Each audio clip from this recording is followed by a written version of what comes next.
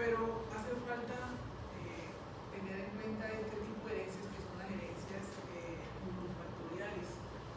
Estas herencias son las más difíciles de diagnosticar porque no solamente hay predisposición genética, sino también estamos hablando de que el individuo pues básicamente nos va, ¿cierto?, a interferir allí en esa presentación lo que es el ambiente, ¿cierto? El ambiente va a influir, a influenciar.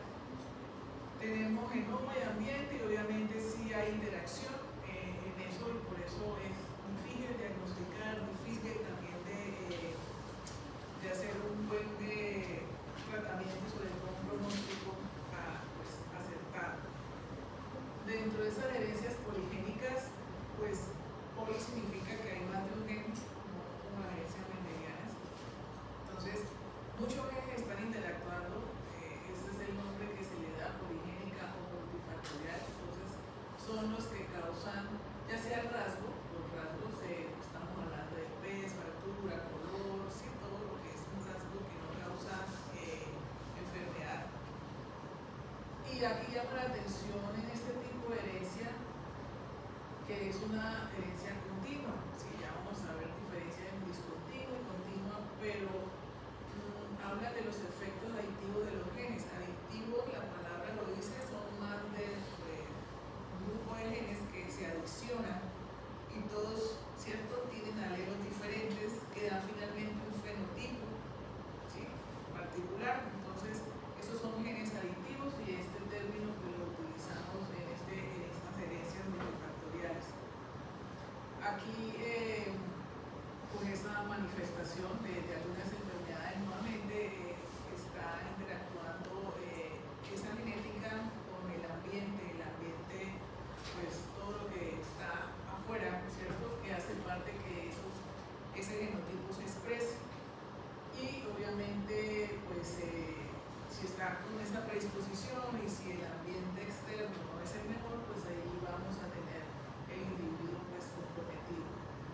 Aquí estamos dando un ejemplo de la adicción, la hipertensión, que pues hay que tener en cuenta ese estrés, ese consumo alto de sodio, etcétera, etcétera, pero pues hay un interrogante y es también saber cómo todo eso va a desencadenar esta condición, ¿cierto? En el caso de la hipertensión, cómo interactúan todos estos factores para que finalmente pues, nos dé un resultado de ese estilo, pues a fondo todavía pues, no es claro. Es importante conocer entonces muchas cosas, vamos a mirar. Dentro de estos genes, ¿cierto?, que son varios, vamos a mirar algo interesante y es que no solamente estamos hablando de enfermedades, sino rasgos importantes que se dan allí. Son características medibles. En cambio, la herencia mendeliana es cualitativa, estos son cuantitativas y por lo tanto es fácil, no es necesario que haya una medición. Fíjense que de todo eso que tenemos ahí llama la atención lo que es la inteligencia y el comportamiento.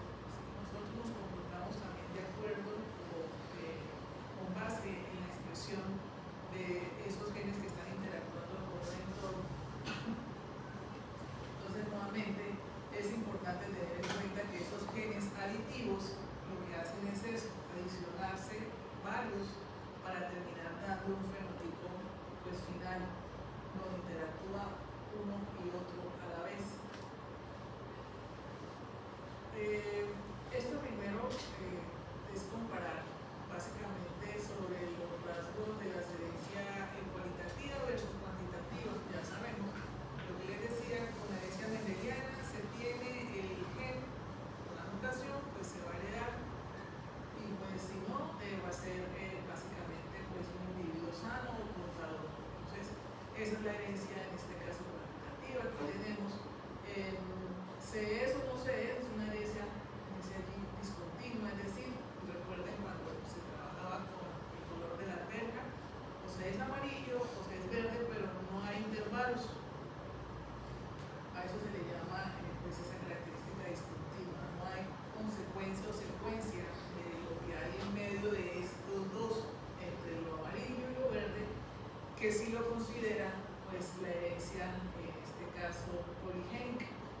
donde interactúan, repito, condición genética y ambiente.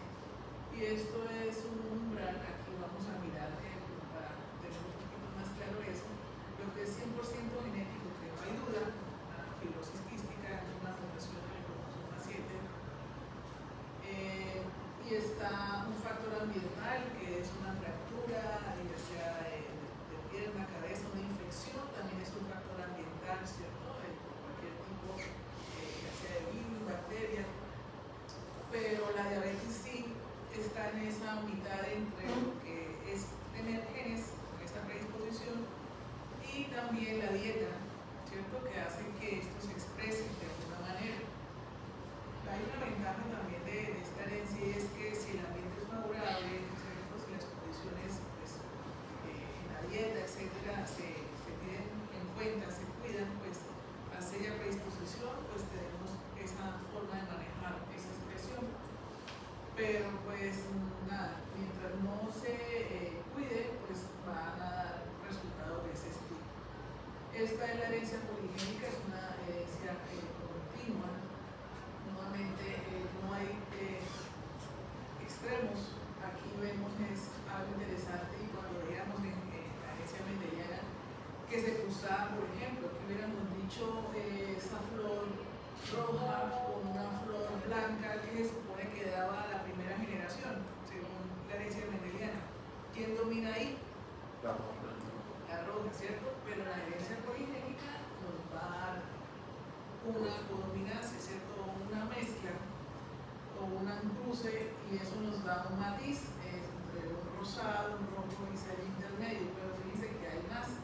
Entre ese rosado rojo intermedio están todas las escalas, aquí vemos de tonalidades hasta llegar al blanco. Entonces, esos son los genes aditivos.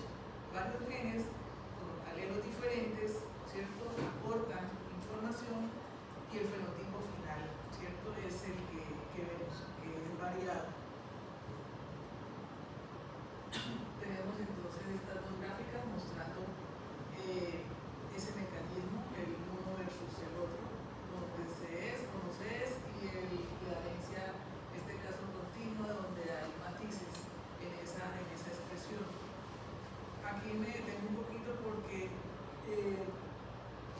al finalizar la explicación les voy a mostrar un taller que ustedes van a hacer.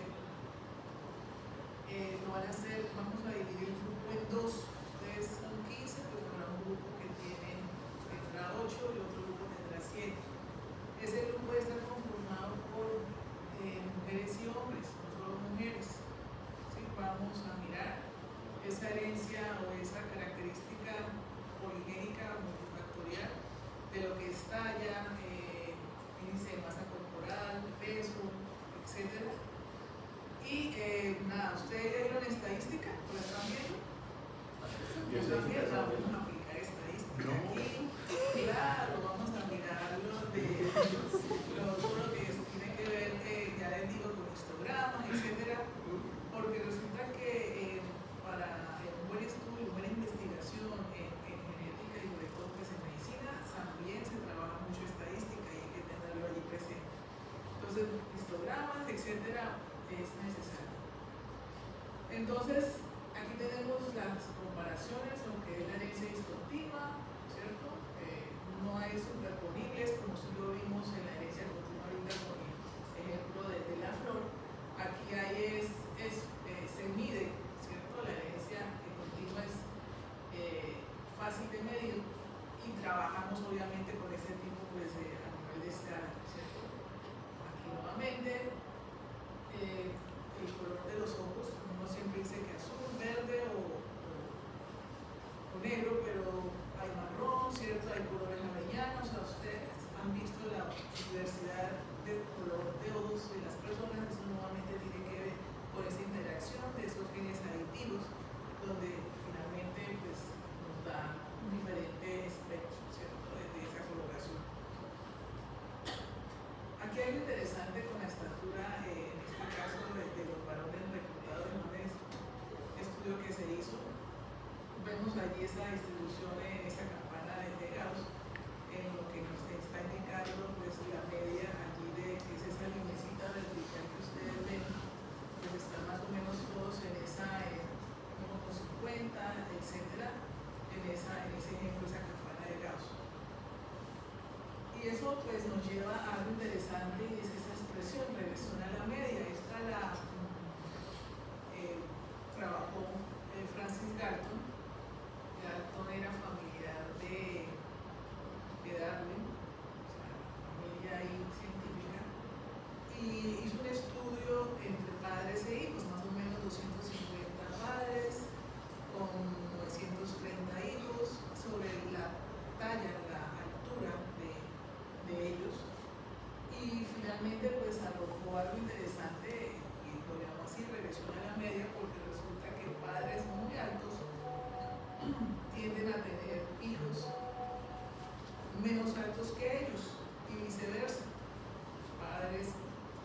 trabajos tienden a tener hijos ligeramente más altos que los padres.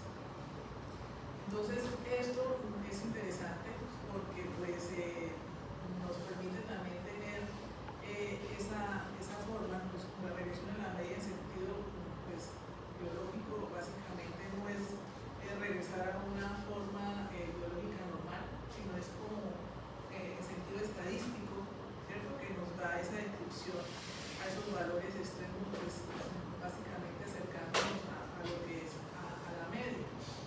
Se utiliza mucho en psicología, este tipo de regresión a la media, se utiliza en biología, se utiliza en estadística obviamente, y en medicina.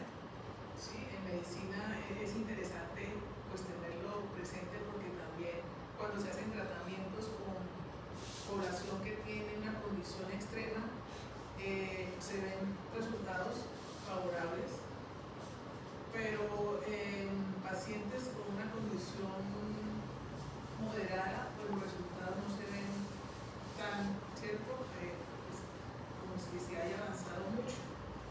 También cuando se toma, por ejemplo, la tensión en la primera toma, tenemos picos altos, en la segunda ya se normaliza o se tiene, pues obviamente el resultado muy parecido pues, a la media. ¿Sí? Entonces, eso es básicamente este trabajo que hizo él y arrojó pues interesantes datos, interesantes resultados. Bueno, aquí vemos entonces, interesante nuevamente con estos genes aditivos y cómo el ambiente hace que, caso de esta imagen, que se tiene básicamente un individuo que una mala nutrición, una mala higiene básicamente alimentaria, pues va a terminar, ¿cierto?, con una obesidad porque tiene esa predisposición allí. Y dentro de todas estas características de la herencia multifactorial, también llama mucho la atención esa palabra de agregación familiar. Nosotros, la población humana como tal, tiende a tener agregación familiar. ¿A qué nos referiremos eso de agregación familiar? ¿Han oído ese término? Cuéntenme.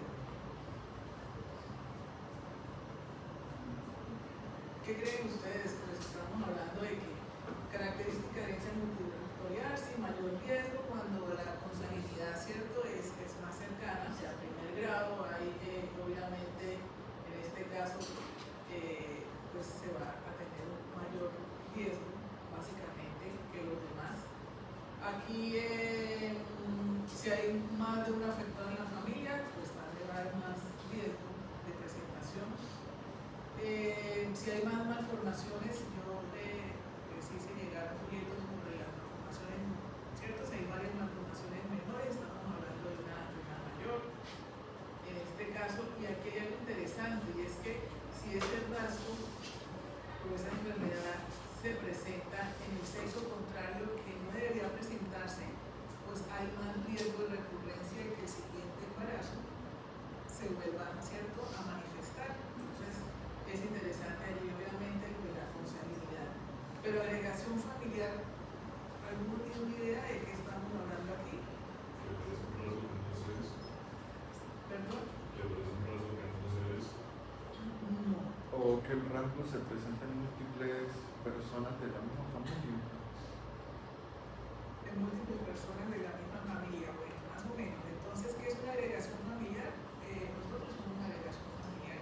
Nuestra familia comparte genes, comparte el medio ambiente, hablando de dieta, hablando de comportamientos, de gustos, ¿cierto? Comemos lo mismo si estamos con papá, mamá y hermanos. Y fuera de eso tenemos también a nivel cultural gustos, les decía yo, comportamientos, valores, creencias, gustos, repito, en cuanto a actividades. Eso es una agregación familiar. Parece como rasgo, ¿no? Rasgo como cultura. Sí, pero entonces se ha hecho estudios interesantes, por ejemplo, hicieron un estudio sobre hipertensión, donde obviamente dentro del mismo grupo familiar, pues papá, mamá, hijos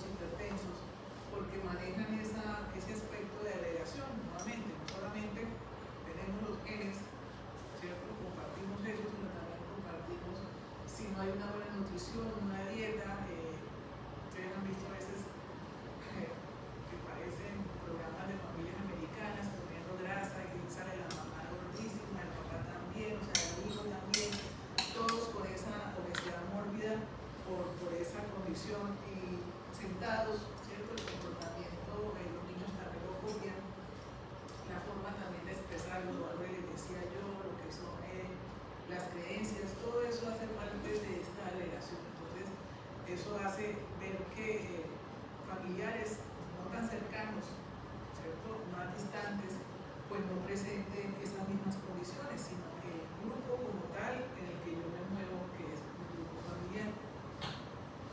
Aquí pues estamos hablando de los diferentes, ustedes ya hicieron los árboles, etcétera. Vemos cómo estamos en esto de consanguinidad y qué grado de herencia tenemos los unos con respecto a otros, hasta los primos en segundo grado que tenemos pues aquí, que cuántos compartimos, cuántos genes, etcétera. Entonces nuevamente esto incrementa el riesgo de recurrencia, la consanguinidad, más de un familiar que está con el trastorno, ¿cierto? Nuevamente también, repito, si en la familia aparece la enfermedad en el sexo, que realmente normalmente no manifestaría la enfermedad, el sexo contrario, pues entonces el siguiente pues estaría afectado sí o sí. Entonces una cosa es rasgo, otra cosa son trastornos, y pues rasgo es eso, algo físico externo, que vemos pues externo porque el coeficiente nuevamente estamos mencionando pues allí, pero pues todo esto hace interesante el trabajo, ¿cierto? Aquí tenemos estas herencias, en el caso de las malformaciones, ¿cierto? De la infancia, de la niñez, y la representación tardía por esa descontrolado, ¿cierto? De la dieta, etcétera, y obviamente otras condiciones como el glaucoma, que sea. El glaucoma es interesante porque casi siempre las familias que presentan glaucoma es bilateral, pero cuando se presentan, primero se presenta en ojo derecho y es en casi todos los miembros de esa familia. ¿Sí? Empieza con esa presión, es primero en el ojo derecho si estamos hablando del grupo familiar, puede que otro grupo familiar empiece con el ojo izquierdo, pero todos van a seguir ese camino. Entonces, vemos que pues en la edad adulta, básicamente también vamos a trabajar esto. Sí, hablando pues de todo lo que es estadística, está ese efecto de umbral, pues ya estamos hablando de que si hay muchos genes con esa predisposición y el factor ambiental nuevamente, repito, es bastante alto, pues nos va a pasar ese umbral, ¿cierto? De una manera u otra.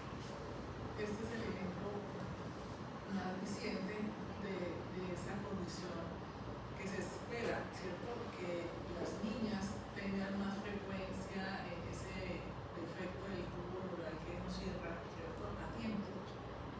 En cambio, la estenosis pilórica es más frecuente en varones, pero si se da en sentido contrario, en este caso, hablando del varón, con el cierre del tubo neural, ¿cierto? Pues vemos que el siguiente tipo, el individuo de esta familia, va a tener más riesgo de presentación o recurrencia como tal de este. ¿Sí?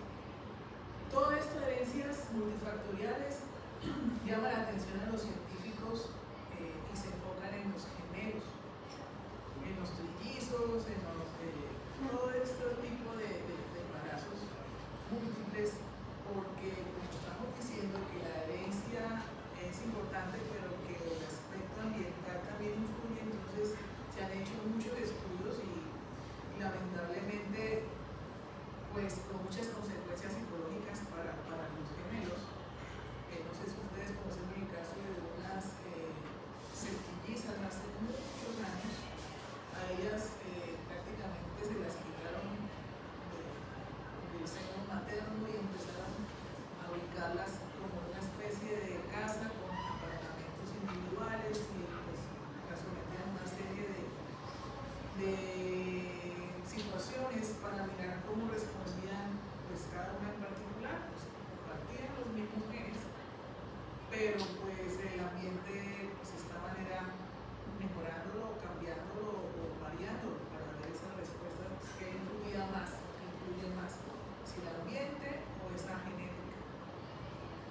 Entonces, nada, esos estudios se han hecho mucho en los gemelos.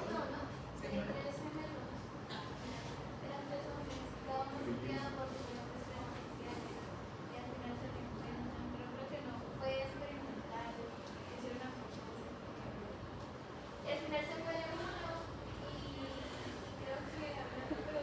¿Qué es una película? ¿De dónde?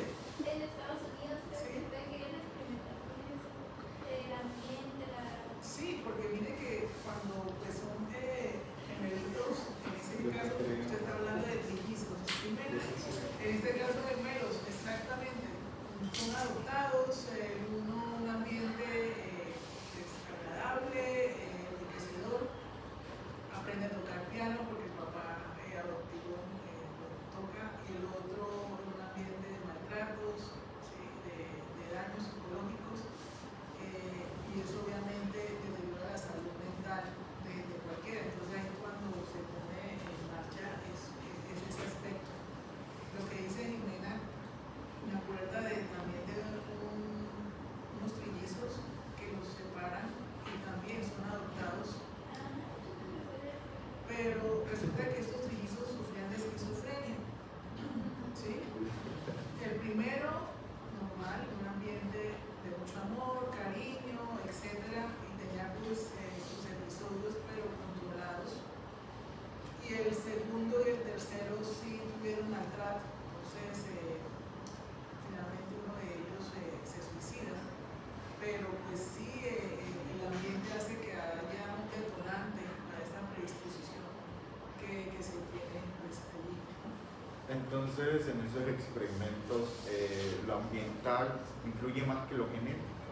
En ese experimento sí, el ambiente es muy importante. No sé si a ustedes les ha pasado de que si tienen un ambiente agradable, tranquilo, hay más recepción de información, se concentran más. Uno mismo pasa con momentos de esa forma de encontrar como una paz o tranquilidad. No sé, ya sea a través de la música o estar relajados con la aromaterapia, etcétera. Eso hace mucho también que nosotros nos relajemos, el estrés pues descienda un poco. Pero hablando ya de experimento como tal, con este tipo de individuos, sí el ambiente influye bastante. Aquí hay algo interesante, no sé si ustedes se acuerden de, bueno, esto sí era un cómic que hay y lo llevaron a una película de Clifford. Sí, también lo vean de Clifford, el perro gigante. Al rojo. El rojo. Sí. Y eso lo llevaron a una película, pero será antes una comiquita. Y ahí es que lo que llama la atención de la comiquita es que el perro es gigante, inmenso, por algo que le dan desde pequeño. ¿No has visto Clifford? Clifford ahí se ha entendido. Uy, yo. Bueno, Clifford, según la serie, creció tanto por el amor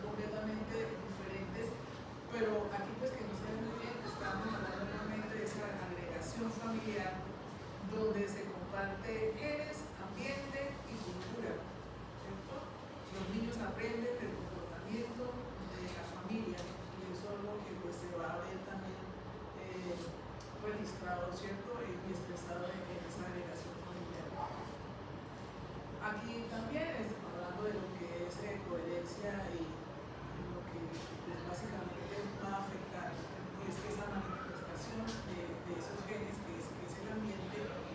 Y nuevamente hablando del riesgo relativo de esa agregación familiar, donde ese estudio que les comento que se hizo en Cuba, lo están comparando con el pico de hipertensión que normalmente se maneja en la población con respecto a este grupo familiar o estos grupos que fueron varios, donde la agregación pues hacía notar las malas condiciones en cuanto a dieta de estos pacientes para que tuviesen esa atención estatal en comparación pues con la población en general, hablando de la misma enfermedad, del mismo trastorno. Entonces, hablando también de concordancia entre parientes, o sea, entre el más cercano es mi grupo familiar, pues vamos a manifestar las mismas condiciones.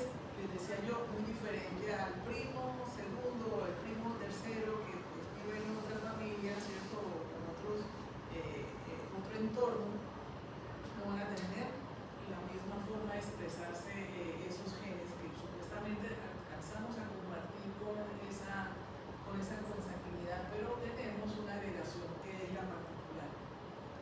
Esto es básicamente pues, hablar de si se separan estos dos, qué resultados nos va a dar finalmente. Y pues el estudio se trabaja siempre es con esos gemelos para poder determinar. Un gemelo monocigoto comparte pues, en su vida intrauterina ese ambiente y después cuando nace obviamente también sigue compartiendo ese entorno y por lo tanto pues, casi que van a sentir o a responder de la misma manera diferente a los embarazos, en este caso decididos. Entonces el estudio es interesante, siempre trabajando en ese aspecto que es más fuerte o que domina aquí. Realmente es importante determinar, y aquí pues lo concluimos, con esta última presentación donde las enfermedades aquí dicen pues monogénicas son más fáciles de diagnosticar, ¿cierto? Y no tienen pues obviamente un daño colateral, porque si se sabe que está el trastorno, pues se trabaja sobre esto, pero las de herencia multifactorial son un poquito bastante más complejas por el entorno que se maneja, ¿cierto? Por la actividad alrededor de este individuo y obviamente de su parentesco o su agregación familiar que tenemos. ¿Bueno? Entonces vamos a mirar acá si se nos puede visualizar el taller nuevamente, ya les digo de qué se trata el trabajo que van a hacer.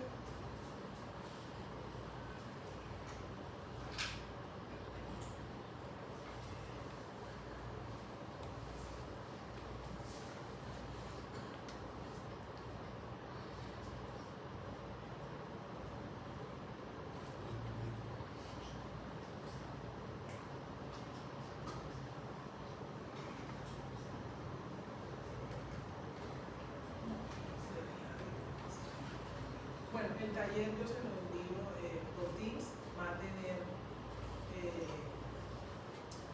lo quiero en físico, ¿sí? O sea que el próximo martes por favor lo traen. Dice así que el estudiante va a comprender las características de la herencia poligénica determinando a través de la aplicación pues, de pruebas estadísticas los parámetros de distribución normal de estatura, peso y el cálculo de lo que es el índice de masa, en este caso corporal. Y pues con la ayuda básicamente pues, de las herramientas, Excel, etcétera, van a presentar los datos de los integrantes del grupo, nombre, en este caso, sexo, estatura, peso, índice de masa corporal, ¿cierto? O sea, que el estado de condición, si es intrapeso, si está en peso, sobrepeso, obesidad, lo van a colocar, ¿cierto? En esa casilla, con el Excel, etcétera.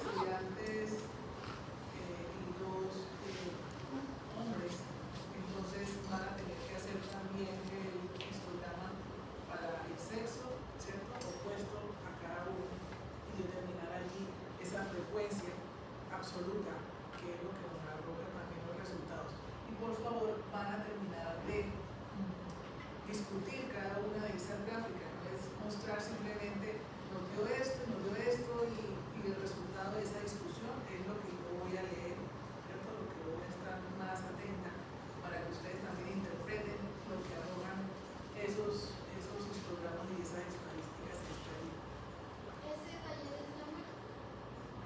Ese taller es en computador, pero lo pongo dentro de 8 días. En físico. En físico. Son 2 trabajos porque el grupo se va a dirigir en 2.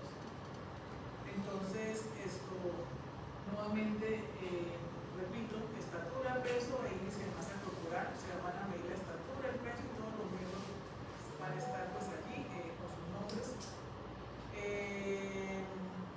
Van a calcular el índice de masa corporal, identificar el estado nutricional con base en este. Ya les dije si es infrapeso, si tiene normopeso, sobrepeso, obesidad. Van a realizar el análisis de la frecuencia para los datos de estatura, peso e índice de masa corporal. Análisis, no es simplemente van a colocar cuadros y hasta ahí. Histograma, graficar por separado los datos que se obtuvieron ya con esos resultados, ¿cierto? Entonces, aparte lo que es peso, aparte lo que es estatura y aparte lo que es índice de masa corporal. Y van, obviamente, repito, a graficar esas frecuencias y esos resultados. Bien, para dentro de 8 días.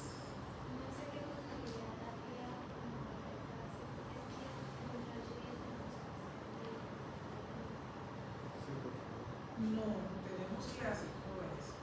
De moverla. Sí, de moverla para dónde. Es que yo no tengo espacio. Estoy full allá en Villarrosario. Viernes, profe. Una vez la ¿El viernes movemos con para el otro grupo? viernes en la mañana. Sí, en la mañana ya estoy mal. Sería el viernes con el otro grupo. Ah, ¿Puede bueno. ser? Ay, ¿Vienes sí, con otro porfa. grupo? Sí, es que ellos también quedaron 20. Son poquitos. ¿De dónde? Sí, es que ya no ustedes nomás. Son 15 y allá 20. Entonces, 35. el viernes, si quieren, sin falta, pero vienen el viernes, no es que No, no, sí, profe. Claro. No hay que porque cancelar. recogemos el trabajo, porque si algún integrante no está, pues tacho el integrante, porque así quedamos. Como el martes no pueden, entonces el viernes a las 4. Gracias, profe. Gracias. Bueno, entonces esta última parte es necesario hablar un poquito rápido. Diagnóstico prenatal de cromosomopatía y retardo mental es interesante porque resulta que hay algo importante dentro de todo esto y es que es necesario en algunos lugares, ¿cierto? Se prestan pues, para hacer ese diagnóstico prenatal por decir algo. Soy formada en la Universidad Javeriana y la Javeriana es pontificia universidad, entonces ella pues no se trabaja todo esto que pues, al hacer un diagnóstico prenatal pues también se corre esa cierta dualidad en que si se sabe el resultado pues la pareja o la persona está en todo su derecho a decidir qué hacer con eso. Entonces es importante también conocer dónde se realizan esos diagnósticos para poder determinar si son confiables o no. En instituciones, ¿cierto? En laboratorios específicos, pero ya hemos hablado de los defectos congénitos, hemos hablado de lo que causan los teratógenos y obviamente pues alteraciones a nivel internas que el mismo ADN pues causa. Esto me hace acordar que también les envío, tiene varias cosas por ver y leer, un artículo sobre dismorfias fetales que puede hacer parte también de lo que hemos venido hablando sobre los teratógenos y los daños que causan allí. Esto es importante porque resulta en cuanto al diagnóstico pues finalmente pues aquí estoy resumiendo lo que hemos recorrido durante este curso, ¿cierto? Están enfocados todos a lo que tiene que ver la forma de expresión, ¿cierto? Desde dónde empieza el daño, cuáles son las causas. Estamos hablando de las herencias mendelianas, vamos a hablar de la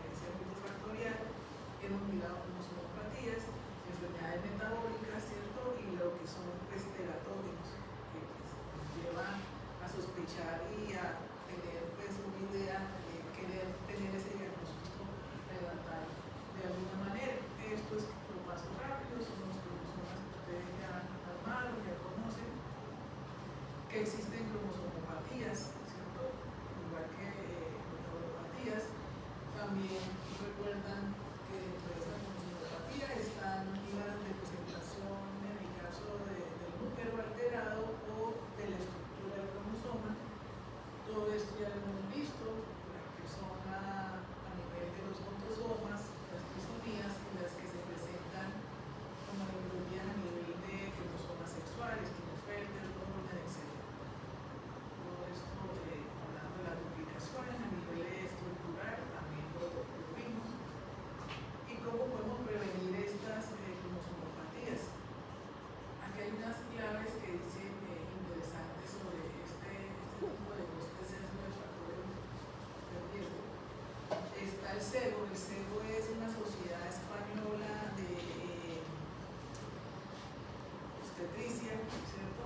Que básicamente pues, trabaja en este tipo de diagnóstico, ¿cierto? Pero entonces lo que hace es también informar a la pareja sobre las repercusiones que tiene pues, al hacerlo, las decisiones que se deben tomar, que eso está pues, en cuenta mucho, ¿cierto? Cuenta bastante para las parejas, porque son las que finalmente van a decidir, ¿cierto?, qué camino coger. Entonces hay estas tres opciones: abstención, estudio de factores de riesgo, ¿sí? O sea, ciertos estudios tienen riesgo para ese diagnóstico, que es lo que tienen que enseñarles, hacerles ver claramente a la paciente, y la diagnosentesis si la pareja quiere lograr confirmar aún más este cribaje. Entonces la abstención, nuevamente, como les decía, por motivos religiosos, morales, etcétera, lo que sea y lo que se esté sospechando, pues la mayoría, como todos, van a querer interrumpir el embarazo si hay un problema de alteración a nivel de número o estructura. Y hay que tener entonces pues una ayuda también, hay una orientación psicológica, ¿sí lo pasa? Sí, pero es que tengo que hacer algo feliz. Gracias. Entonces, nada, dentro de este diagnóstico, primero las pruebas de laboratorio necesarias antes de llevarse a la idea de hacer una tesis, que sí es un poquito más delicada. Dentro de este diagnóstico, les decía yo, pues es conocer esas proteínas, esas hormonas en lo que es en sangre de la madre. Y ustedes saben que esa proteína plasmática está asociada al embarazo, igual que la hormona, en este caso de la gonadotropina también. Entonces esos valores me indican mucho al laboratorista y al médico que está haciendo los resultados, pues si estamos hablando de una sospecha de una cromosomatopatía o no.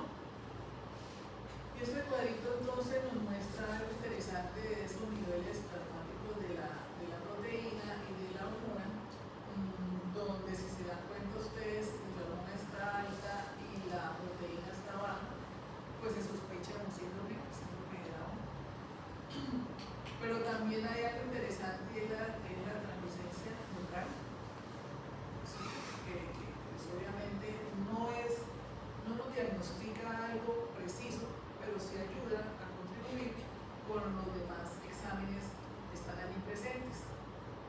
Y si se dan cuenta, en la trisomía 18 y 13, pues van a tener los niveles de hormona y de proteína bajos con alto de translucencia local. Entonces, todo esto, pues obviamente hasta el momento no es invasivo, es una ecografía, un examen de sangre que me está dando, ¿cierto?, como sospecha cualquier alteración o cromosomatopatía allí presente, ¿vale? Es importante mirar eso. Entonces, se le pregunta pues si es necesario realizar la diagnosentesis, porque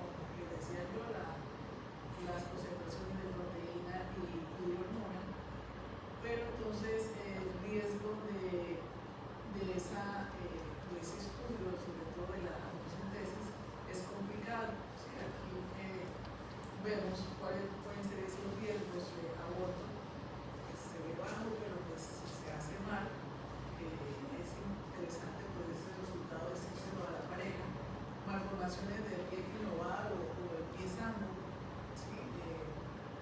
Puede dar una amniocentesis mal estudiada, ¿cierto? Mal suministrada, y obviamente pues infecciones que no faltan, que son excepcionales, pues sí, pero pues está asociado o relacionado a amniocentesis, como pie sambo, cuando el niño no presentaba ningún tipo de alteración en el estudio o ecografía. Entonces es importante también comunicar eso pues, al paciente, en este caso a la madre. Bueno, entonces aquí vemos, la idea es poco procedimiento invasivo. Si tenemos el TESA, pues no es necesario. De lo contrario, pues explicarle al paciente, en este caso a la madre, que también existe esta alternativa, la biopsia cordial, ¿cierto? Vellosidades cordiales no lleva pues, básicamente abortos, nos da unos resultados pues, rápidos, dice aquí más precoces, y se pueden tomar más o menos entre la séptima y la semana 11. En cambio, por una amniocentesis tiene que ser un poco pues, después. Con ese resultado ya hemos visto incluirnos en los cromosomas, podemos hacer esta técnica de FISH, que es la imitación in situ con fluorescencia, donde se ven pues, los marcadores. Si estamos hablando de glucemia, pues habrá 3 cromosomas 21, etcétera, como pues se alcanzan a observar allí, ¿cierto? Con base en eso. Y la edad, ¿cierto? Si parejas un poquito ya avanzada en edad, si esto es causal.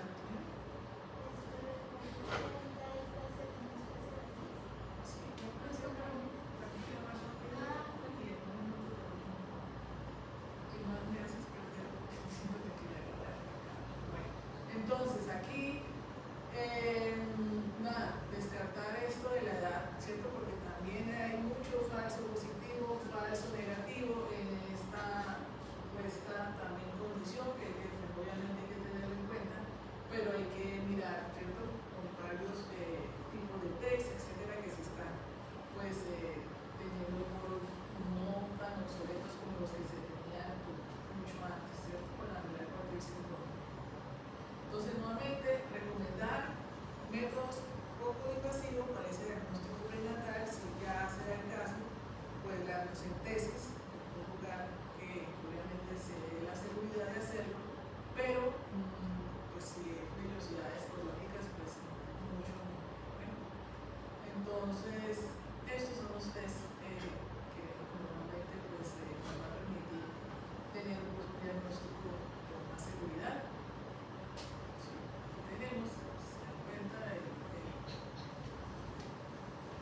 resultado, el sangre periférico, ahí tenemos la frecuencia de cada uno de los síndromes que nos da este tipo de estudio a nivel de cribaje. Y el retardo mental, para finalizar, pues nada, hay que prestar atención, porque fíjense que lo que ustedes también mencionaron como teratógenos, pues nos da, ¿cierto? El resultado de población con retardo. Y obviamente estas pruebas pues, son interesantes para poder también determinar qué rango es, ¿cierto? En qué postura se encuentra la pareja para poder determinar esa forma de expresión, sobre todo de terapia, en el caso de finalmente dar como resultados en los niños cuidados. Entonces, finalmente, esto es lo que se indica cuando hay retardo mental, antecedentes familiares, pues si no es adquirido como un agente teratógeno. Y resumiendo lo que les acabo de explicar, lo que es el aterrizaje, ¿cierto? El cribaje a nivel de químico, se pasa a una ecografía, si no se tiene pues la seguridad, pues ya están allí las amniocentesis y las vellosidades cordiales. ¿Listo? Bueno, jóvenes, entonces, nada, la clase va a estar hoy hasta ahora porque obviamente todos los compliques que hay para tener el biobío, que pues se sufre entonces, ¿cierto? Por esa causa. Por favor, voy a dejar un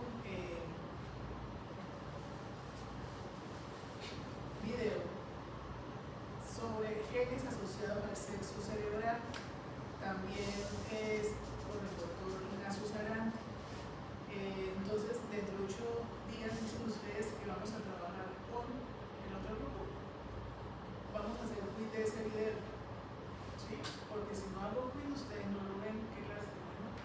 Me toca así con esa, ¿sabes que era Pablo? Y que hacía eso. Ustedes no me hablar de Pablo, como el psicólogo. No, bueno, entonces toca así con ese esfuerzo negativo. Voy a hacer quiz sobre ese video que llama genes asociados al sexo cerebral. Lástima que me toque así, pero pensé que ustedes por cuenta propia